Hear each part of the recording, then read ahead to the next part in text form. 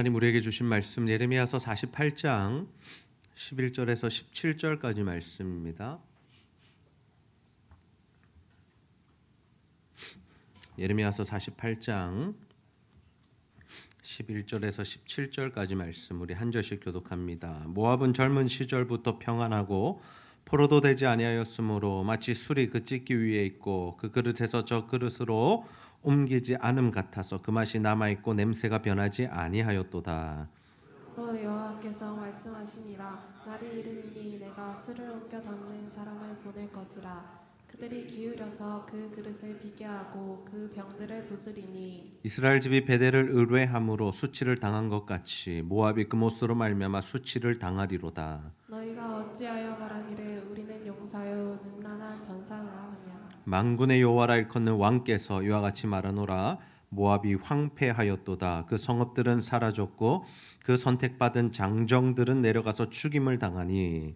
모압이 재난이 가까웠고 그 손이 속히 닥치리로다. 함께 읽습니다. 그의 사면에 있는 모든 자여 그의 이름을 아는 모든 자여 그를 위로하며 말하기를 어찌하여 강한 막대기 아름다운 지팡이가 부러졌는고 할지니라. 아멘. 이제 올림픽이 내일이면 폐막식을 하게 됩니다. 우리가 모든 경기를 살펴볼 수는 없었고 시차도 있고 우리의 일상이 있기 때문에 그랬지만 그래도 저도 이 메달을 딴 선수들의 하이라이트 정도는 볼 수 있는 시간이 있었습니다. 모든 종목을 보지는 못했지만 또 이렇게 유명한 선수들 또 주목이 되는 선수들의 경기를 볼 수 있었습니다. 어느 경기나 강국이 있고 강자들이 있습니다. 우리가 늘 알고 있듯이 육상이나 수영, 농구 이런 경기를 할 때는 우리가 누가 이긴다라고 생각을 하면서 보죠. 미국이 이긴다라고 생각을 하면서 봅니다. 또 체조는 러시아 선수들이 잘하고 탁구나 배드민턴 이런 것도 중국이 굉장히 잘하더라고요. 유도는 뭐 많이 바뀌지만 그래도 일본이 예전부터 강국이었고 태권도나 양궁 이런 것들은 한국, 우리나라가 참 잘하는 것을 볼 수 있습니다. 그런데요, 이 올림픽을 보면 늘 정해진 대로 순위가 결정되는 것이 아니더라고요. 어떤 말씀이냐면 늘 강자들은 있고 강국들은 있지만 그것을 깨고 승리하는 선수들도 있고 이 메달을 따는 나라들이 있더라라는 겁니다. 왜 그런 일들이 벌어지냐면 이 선수들의 연습량이나 또 당일 컨디션이나 실수에 의해서나 또 이런 부분들에 의해서 이 메달이 바뀌기도 하고 이 나라가 바뀌기도 하는 것을 우리가 볼 수 있습니다. 올림픽뿐만이 아닙니다. 우리가 인류의 역사를 보아도 그러합니다.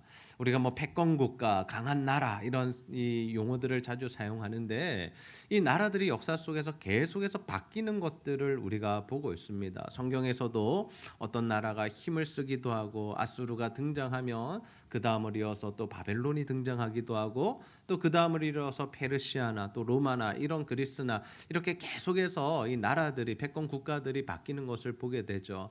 그러면서 우리에게 주어진 명언이 무엇입니까? 영원한 강자는 없다라는 이런 명언이 또 주어지기도 합니다. 한 나라의 강성함이 그리 오래 가지는 않더라라는 거죠. 그런데 이 한 단체나 또는 한 교회나 한 개인에게도 이 말이 여전히 적용되는 것 같습니다. 우리 인생 가운데 계속해서 승승장구했으면 좋겠는데 우리 인생이 계속해서 승리의 길을 걸어갔으면 좋겠는데 때로는 우리 인생 가운데 무너짐이 발생하더라라는 거죠. 건강으로 인한 무너짐, 또 생명으로 인한 무너짐, 경제적인 무너짐, 관계의 무너짐, 자녀들의 무너짐. 우리 인생이 우리 뜻대로 되지 않을 때가 참 많더라라는 거죠. 우리는 점점 더 나은 삶을 살아가기를 원하지만 때로는 점점 더 좋지 않은 삶을 살아갈 수도 있다라는 거죠. 그러면 하나님께서 우리의 삶 가운데 이러한 무너짐을 허락하시는 이유가 무엇일까요? 하나님 왜 우리를 무너뜨리셔서 이런 시간들을 가지게 하시는 걸까요? 하나님은 예레미야 46장에서 51장까지 말씀에 열방을 향한 심판의 메시지를 주십니다. 갑자기 왜 다른 나라에 대한 말씀을 하시는 거죠? 유다를 향한 메시지, 하나님의 백성들을 향한 메시지를 계속해서 전하시다가 왜 갑자기 이방 나라들에 대한 말씀을 주시느냐라는 겁니다. 여러분 이런 맥락입니다. 하나님께서 지금 기도 가운데 우리와 계속해서 소통하시다가 갑자기 우리에게 이런 말씀하시는 거예요. 너의 인생은 이렇게 될 것이고 또 너는 이렇게 준비했으면 좋겠고 이 문제를 해결했으면 좋겠다라고 말씀을 하시다가 갑자기 이런 말씀하시는 거예요. 그래서 일본은 이렇게 될 것이고 중국은 이렇게 될 것이고 인도는 이렇게 되고 러시아는 이렇게 되고 북한은 이렇게 될 거야. 그런 말씀이 우리에게 주어진다고 한번 생각해 보세요. 여러분 갑자기 좀 당황스럽지 않습니까? 뜬금없지 않습니까? 그런데 하나님께서 긴 분량을 통해서 이 열방들에 대한 말씀을 주시더라라는 거죠. 그래서 우리가 이런 말씀을 받을 때, 이런 말씀을 묵상할 때 기억할 것이 두 가지가 있습니다. 첫 번째가 뭐냐면요, 하나님은 이스라엘만의 하나님이 아니시다라는 겁니다. 하나님은요 열방의 하나님이세요. 하나님은 온 우주 만물을 다스리시는 분이시지 딱 이스라엘 한 나라만 다스리시는 것이 아니다라는 겁니다. 그때 당시에 이스라엘 백성들이 착각한 것이 뭔지 아세요? 하나님은 우리만의 하나님이라고 생각한 거예요. 이방인들의 하나님이라고 생각하지 않았습니다. 그래서 이방인들을 구원의 대상으로 여기지 않은 거죠. 그런데 이러한 모습이 우리들에게도 있는 것을 발견하게 돼요. 우리가 예수를 믿고 하나님을 믿는다라고 이야기하면서 때로는 어떤 이 의식을 가지게 되냐면 하나님은 나의 하나님이야. 하나님은 우리만의 하나님이야. 하나님은 우리 교회만의 하나님이야. 하나님은 우리 가정만의 하나님이시야 라고 생각할 때가 있다는 거죠. 그렇지 않습니다. 여러분 하나님은요 옆 사람의 하나님이십니다. 우리 옆 사람 바라보면서 이렇게 한번 인사합시다. 하나님 당신의 하나님이십니다. 그것이 인정되셔야 돼요. 신앙생활 하시면서 이것이 인정되지 않으면요 너무나 이상한 방향으로 가는 거예요.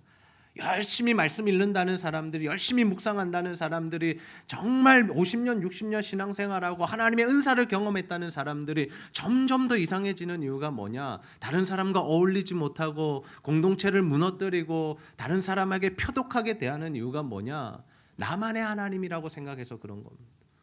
여러분 교회도 마찬가지 아닐까요? 우리 교회만의 하나님이라고 생각하면 어떻게 될까요? 계속 우리 교회만 이야기하는 거죠. 그러나 하나님 그러신 분이 아니시잖아요. 하나님이 옆교회의 하나님이시고 부산에 있는 모든 교회 하나님이시고 열방에 세워진 모든 교회 하나님이시잖아요. 그래서 우리가 다른 교회들과 함께 연합하여 하나님의 일들을 하는 것이고 때로는 우리가 힘이 있다면 그들에게 하나님의 은혜를 흘려보내는 것이고 또 세계 선교에 나가 있는 선교사님과 그 국가들에게 우리가 위하여 기도하고 후원하는 이유가 바로 여기에 있다라는 거예요. 하나님께서 열방에 대한 말씀을 하시는 이유 두 번째는 무엇이냐면요, 하나님께서 그들을 향해서만 말씀하시는 것이 아니라 그 말씀을 통해서 우리에게 주시는 말씀이 있다라는 겁니다. 자, 하나님이 모압과 블레셋과 뭐 이런 나라들 이야기하시잖아요. 또 어딥니까? 애굽과 바벨론과 이런 나라들에 대한 말씀을 하세요. 그러면 유다 백성들 입장에서 뭐라고 생각할 수 있어요? 우리와는 상관없는 말씀이라고 생각할 수 있죠. 그런데 하나님께서 그들에게 말씀을 주시는데 이 말씀을 누구로 하여금 읽게 하셨느냐고요. 원 독자가 누구냐고요.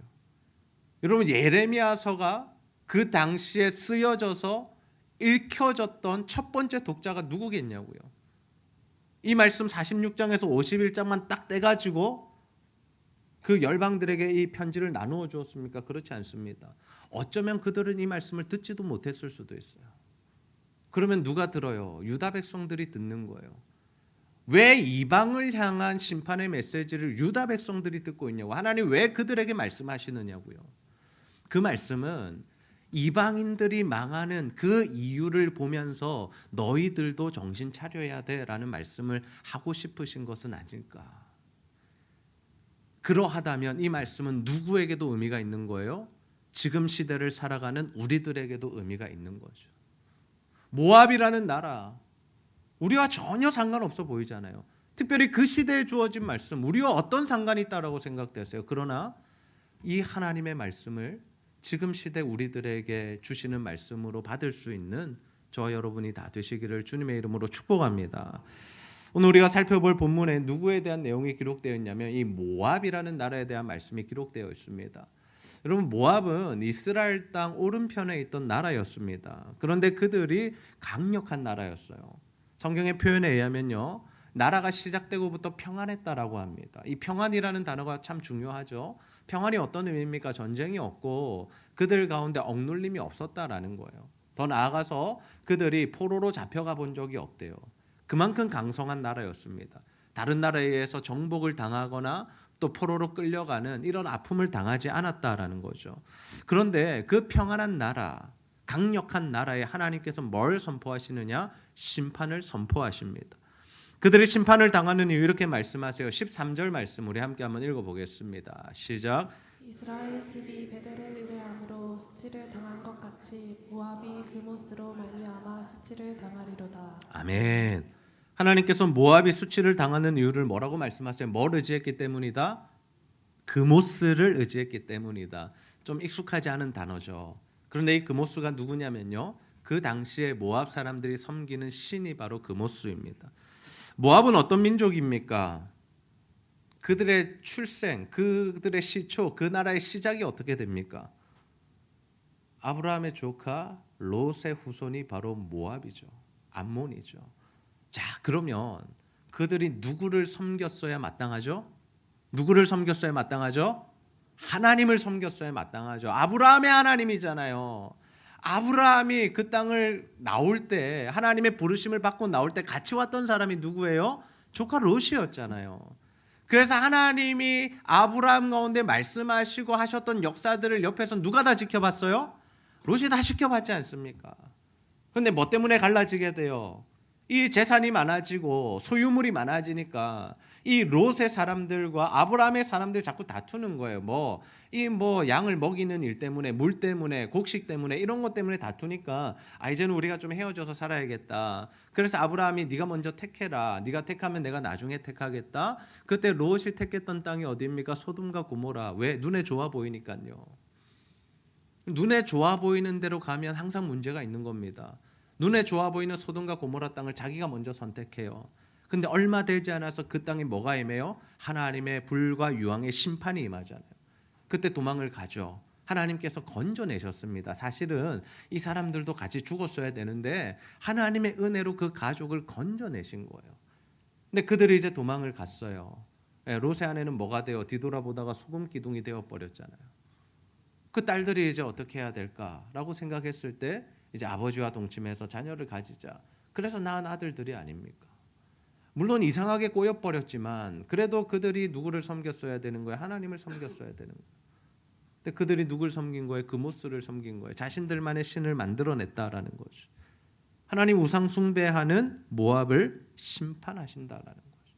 바벨론에서도 짓밟히고요, 페르시아에게도 짓밟히고요. 나중에 로마 시대가 되면요, 이 사람들이 자치권이 전혀 없는 로마의 속국이 되어 있는 것을 발견할 수 있습니다. 근데 여기서 하나님께서 모압에 대한 심판을 말씀하시면서 그 앞구절을 우리가 좀 봐야 돼요. 누구를 언급하고 계세요? 이스라엘을 언급하세요. 이스라엘이 뭘 의지했다라고 해요?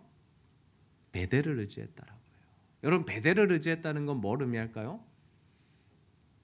자, 이스라엘이 솔로몬의 아들의 때 두 나라로 나뉘게 됩니다. 르호보암이 남유다를 다스리게 되고, 솔로몬의 아들이죠. 여로보암은 원래는 솔로몬의 신하였는데 이 사람이 지파들을 데리고 북쪽 이스라엘에 가서 나라를 새롭게 세워버립니다. 새로운 왕이 되어버리죠. 이제 두 나라가 된 겁니다. 이제 함께 갈 수 없는 나라가 된 겁니다. 근데 이때 이스라엘 백성들에게는 뭐가 있는 거예요? 절기들이 있잖아요. 그러면 예배를 어디서 드려야 돼요? 예루살렘 성전에서 드려야 되는 거죠. 그럼 예루살렘 성전으로 백성들이 왔다 갔다 합니다. 그러면 여로보암의 마음이 어떨까요? 불안한 거죠. 뭐 때문에 불안해요? 그 사람들이 남유다를 다시 좋아하지 않을까? 남유다의 왕과 함께 살아가기를 원하지 않을까? 라는 불안한 감정이 든 겁니다. 그래서 여로보암이 했던 일이 뭐냐면 베델에 제단을 세우고 금송아지를 만들어 놓고 이게 하나님이니까 여기서 제사해라 라고 그렇게 우상을 만들고 백성들로 하여금 우상을 섬기게 만드는 거예요. 근데 이 베델에서 세운 금송아지와 우상 숭배의 문제가 언제까지 이어지냐? 그들이 나라가 망할 때까지 이어진다라는 거예요. 계속해서 우상을 섬기는 문제가 이스라엘 백성들 가운데 있었습니다. 선지자들을 보내서 돌아오라고 멈추라고 그 제단을 부시라고 말씀하시지만 때로는 개혁들이 일어나지만 여전히 이스라엘 백성들이 우상 숭배의 문제를 해결하지 못했다라는 거예요. 그래서 그들이 베델을 의존함으로 어떻게 되는 거예요? 망하는 겁니다. 그들이 우상을 섬겼기 때문에 망한 겁니다. 동일하게 모압도 그모스를 섬기기 때문에 망한다, 수치를 당한다라고 말씀하세요. 동일한 원리죠. 하나님 아닌 다른 신을 섬길 때에 하나님께서 그들을 무너뜨리시겠다라고 지금 말씀하고 계신 거죠. 참 무서운 말씀이죠. 그런데 하나님께서 이 말씀을 유다에게 주시는 이유가 뭘까요? 유다 백성들이 이 말씀을 들어야 하는 이유가 뭡니까? 유다는 이스라엘 백성이 망하는 것을 봤습니다. 그리고 앞으로 모압이 망할 겁니다. 그러면 하나님이 이 말씀을 주시는 이유는 뭘까요? 단순히 모압을 향한 말씀일까? 아니요. 유다 백성들에게 정신 차리라는 겁니다.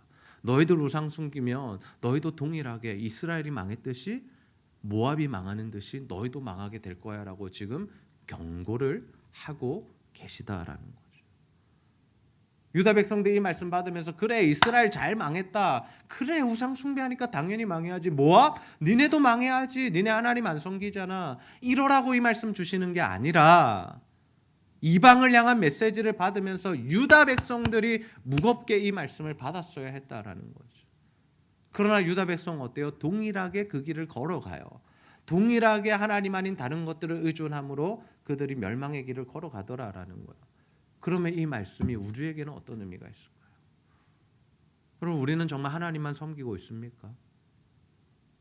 정말 순수하게 하나님만 섬기고 있나요? 제가 이번 주에 유튜브로 한 목사님의 설교를 듣는데요. 제가 성함은 기억나지 않아요. 근데 그 목사님이 이 우상 숭배에 대해서 이렇게 정의를 해주시더라고요. 어떻게 정의를 하셨냐면 하나님을 1순위로 삼고 하나님을 우리 삶의 우선순위로 삼는다는 것이 하나님은 1위고 2위는 돈이고 3위는 취미활동이고 4위는 가족이다 이런 의미가 아니라는 겁니다. 이것은 마치 어떤 것과 같냐면 내 사랑하는 아내가 나에게 가장 우선순위고 1위고 옆집에 사는 아내가 2위고 내 직장에 있는 미스 김이 3위다. 이것과 똑같다라는 거예요. 어떤 의미인지 좀 받아들여지세요? 네, 이렇게 표현을 하셨더라고요. 설교를 하시면서. 참 제가 동의했습니다. 우리가 하나님을 섬긴다는 건 뭐냐면 나 하나님 사랑해요. 아시겠죠? 됐죠? 그러나 그 다음 시간은 그 다음 내 삶은 이제 내 마음대로 살게요. 하나님 내가 주일에 예배 드렸잖아요. 하나님 헌금했잖아요. 이만한 시간을 기도했잖아요. 그러니까 나머지 시간은 내 뜻대로 내 마음대로 사는 거 괜찮죠? 라는 것이 하나님을 올바로 섬기는 것이 아니다라는 거예요. 하나님을 진짜로 사랑하고 섬긴다는 건 뭡니까? 하나님만 사랑하는 겁니다. 하나님만 섬기는 거예요. 나의 모든 것을 다해서 하나님을 사랑하는 겁니다. 그럼 이런 질문 하시고요. 그러면 가족은 어떻게 합니까? 하나님만 사랑하면 일도 하지 말라는 겁니까? 아니요. 그런 뜻이 아닙니다. 우리가 사랑하는 하나님, 우리가 섬기는 하나님께서 우리에게 말씀하셔서 너의 가족을 사랑하라라고 말씀하시면 우리가 가족을 사랑하는 거죠. 너의 이웃들을 돌아보라고 하시면 이웃들을 돌아보는 거죠. 너에게 쉼이 필요하구나 가서 좀 쉬어라라고 말씀하시면 쉬는 거죠. 그러면 뭐가 우선입니까? 하나님이 우선인 겁니다. 그 하나님의 말씀에 따라 우리의 삶이 결정되어진다면 이것은 우상 숭배가 아니다라는 거예요. 그러나 우리가 하나님과 같은 위치에 우리의 여가나 우리의 가족이나 우리의 직장이나 우리의 사업이나 우리의 돈을 동일한 가치선상에 올려놓고 하나님은 1위, 다른 것은 2위, 3위, 4위 이렇게 말하고 있다라면 그것은 우리가 하나님을 온전히 섬기고 사랑하는 일이 아니다라는 거죠. 여러분 저는 우리가 정말 하나님만 섬기는 자들이 되기를 주님의 이름으로 축복합니다. 그럼 하나님만 사랑하십시오. 그래서 하나님이 말씀하시면 다른 일들도 하시고 하나님이 허락하시면 그 일들을 감당하는 것이지 하나님과 동일선상에 두시고 세상의 것들을 바라보시면서 한 다리는 하나님께 한 다리는 세상에 두고 살아가지 마시고 온전히 온 마음과 정성을 다해 하나님을 사랑하고 섬기며 하나님이 기뻐하시는 일들을 행하며 살아가는 저와 여러분 다 되시기를 소원합니다. 모압이 하나님께 심판을 당하는 또 다른 이유가 있습니다. 그것은 바로 교만입니다. 교만.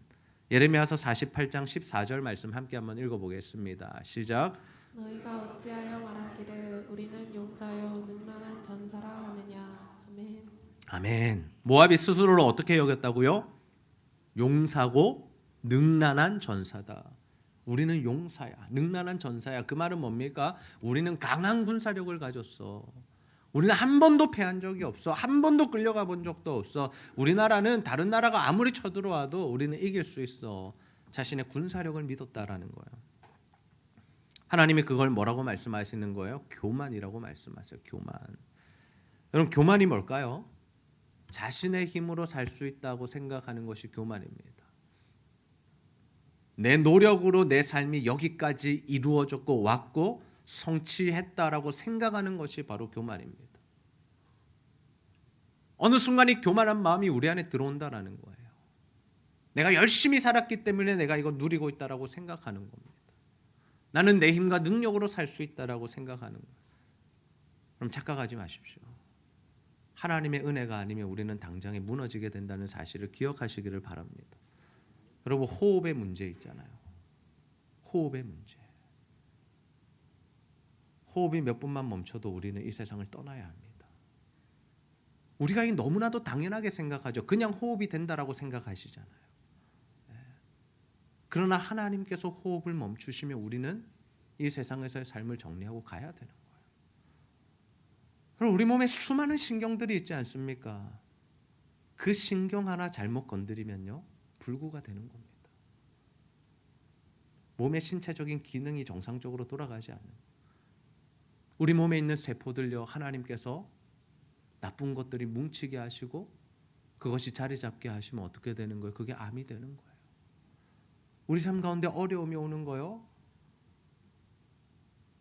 그냥 한순간에 임할 수 있다라는 겁니다. 그러나 우리 인생에 어려움 없이 잘 풀릴 때 우리가 이런 착각을 하게 되는 거죠. 뭐라고 착각하는 거예요? 나의 힘으로 살 수 있다. 이 삶을 내가 유지할 수 있다. 지금 내가 누리는 것들은 당연한 것이라고. 내가 이때까지 노력했으니까 이 정도는 내가 누리면서 살아야지라고 생각하는 것. 하나님이 그걸 뭐라고 지적하시는 거예요? 교만이라고 지적하시는 거예요. 우리의 마음이 높아질 때 우리 삶 가운데는 반드시 고난이 임하게 됩니다. 내 것이고 내 노력이고 정당한 대가라고 생각할 때 그때부터 무너지게 되는 거예요. 왜 무너지게 될까요? 왜? 하나님 그냥 우리가 잘 살게 두시면 좋을 것 같은데, 하나님 우리 건강하게 그냥 두시면 좋을 것 같은데, 하나님 우리에게 물질의 복을 부어주시면 좋을 것 같은데 왜 우리로 하여금 이렇게 무너짐을 경험케 하시냐고요. 왜 우리를 하나님께서 무너뜨리시냐고요. 그 이유가 바로 여기에 있습니다. 우리는 하나님만 찬양하고 하나님께만 영광 올리도록 지어진 존재이기 때문이에요. 그 정체성이 사라지는 순간 하나님 앞에서 우리가 다시 그 정체성을 찾게 하시기 위해서 하나님이 우리 가운데 고난을 주신다라는 거죠. 하나님이 교만한 모압을 어떻게 무너뜨리세요? 15절과 16절 말씀 함께 한번 읽어봅시다. 시작. 흥분해 여호와라 일컫는 왕께서 이와 같이 말하노라. 모압이 황폐하였도다. 그 성읍들은 사라졌고 그 선택받은 장정들은 내려가서 죽임을 당하니 모압의 재난이 가까웠고 그 고난이 속히 닥치리로다. 아멘. 하나님이 그 강력한 나라, 스스로 군사력으로 지킬 수 있다고 한 그 나라에 뭘 선포하세요? 황폐케 하시고 성읍들을 사라지게 하시고 장정들을 죽게 하시고 완전히 교만한 모압을 낮추어 버리시는 거죠. 우리 인생에 고난이 올 때 우리가 확인해 봐야 할 것이 무엇입니까? 내 마음이 높아지지는 않았는가? 내 마음이 부유해지지는 않았는가? 지금 내 마음 가운데 교만한 것은 무엇인가? 내 의를 나타내고 있지는 않는가라는 것을 돌아보아야 한다라는 거예요. 왜? 이 문제가 해결되지 않으면 우리 삶 가운데 회복이 임하지 않기 때문입니다. 때로는 하나님께서 우리 인생을 낮추실 때가 있어요. 때로는 하나님께서 우리 삶 가운데 어려움을 주실 때가 있습니다. 아무리 애를 써도요, 아무리 노력해도 백방으로 뛰어다녀도요, 이 문제가 해결되지 않을 때가 있다라는 거예요. 더 깊은 수렁으로 빠져들 때가 있다라는 거예요. 그 이유가 뭘까요? 마음을 낮추고 그 교만함의 죄를 하나님 앞에서 해결하라는 거예요.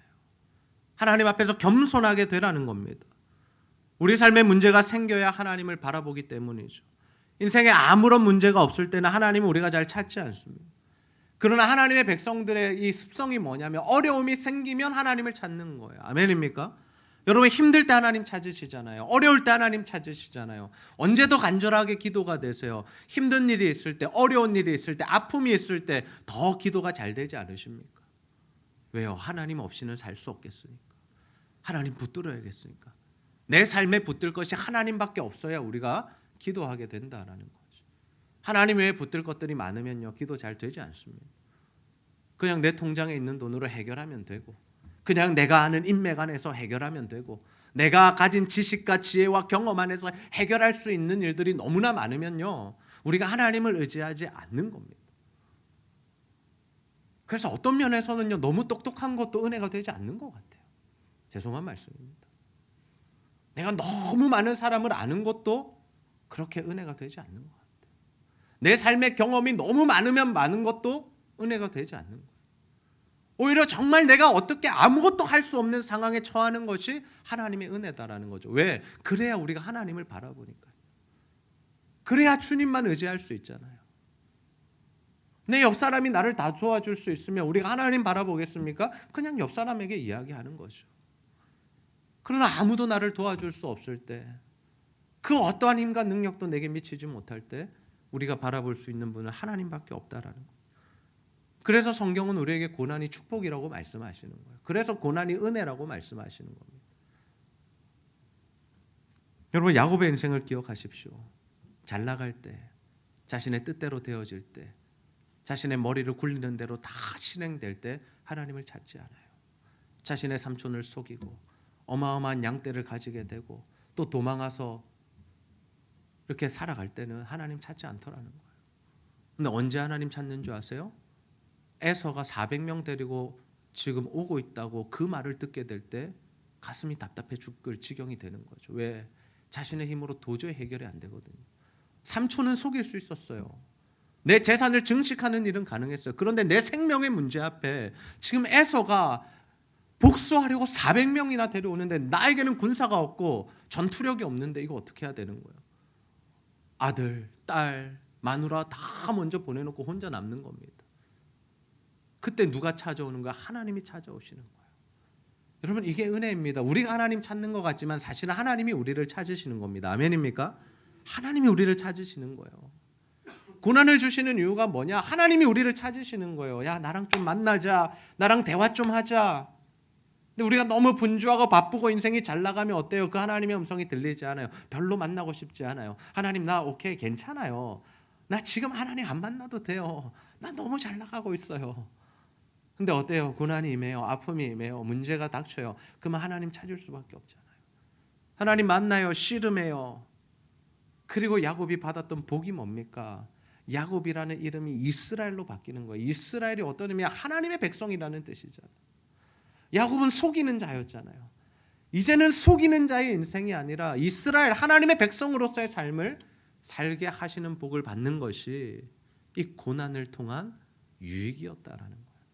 그럼 야곱의 인생의 고난은 뭐가 되는? 축복이 되는 거죠. 축복이 되는 거죠. 지금 여러분의 인생에 어려움이 있습니까? 하나님을 만나는 기회로 삼으시기를 주님의 이름으로 축복합니다. 하나님을 만나세요. 고난을 통해 하나님을 찾으세요. 하나님과 씨름하십시오. 하나님 안에서 답을 얻으셔야 됩니다. 어쩌면 우리 인생에 계속 이러한 사건이 반복될 겁니다.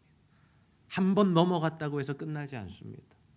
우리가 살아가는 동안에 정말 하나님의 은혜로 살다가도 또 마음이 부유해지고 교만해져서 또 넘어졌다가도 그런 우리를 다시금 주님 찾아오셔서 다시 일으키시고 다시 살게 하시는 것, 그것이 바로 우리의 인생에 반복되는 일이다라는 거예요. 왜? 우리는 연약하기 때문에. 한 번의 은혜로 우리의 삶이 지속되면 얼마나 좋겠습니까? 한 번 주님 만난 경험으로 우리의 삶이 계속 주님과 동행하면 얼마나 행복하고 기쁘겠습니까? 그러나 그렇지 않아요. 또 넘어지고 또 아프고 또 힘들어지고 그런 일들이 우리 가운데 계속 있는 거예요. 그럼에도 우리 삶 가운데 소망이 있는 이유가 무엇인 줄 아세요? 예수 그리스도께서 그 문제를 해결하시려고 이 땅에 오셔서 십자가에 달려 죽으셨기 때문에. 예수님이 십자가에 오셔서 죽으신 것은요, 단순히 우리에게 죽으면 천국 오라는 말씀이 아닙니다. 그것도 있지만 우리의 이 실패, 우리의 아픔, 이 넘어짐 누가 다 담당하시겠다는 거예요? 주님이 담당하시겠다는 거예요. 그게 다시 주님이 우리를 새롭게 하시고 다시 우리에게 은혜를 베푸시고 자신의 죽음을 대가로 하나님과 화목해 하시고 다시 하나님의 은혜 가운데 살아가게 하시는 그 복을 우리가 받아 누리게 된 것이다라는 거죠. 여러분의 삶 가운데 어떤 문제가 있으십니까? 아픔이 있으십니까? 부디 그 문제로 주님을 만나게 되시기를 소원합니다. 저에게는 한 가지 지병이 있습니다. 그럼 제가 굉장히 건강해 보이시죠? 개척하고 1년째 되던 그 해에 새벽 기도를 갔다가 허리에 통증을 느끼게 됩니다.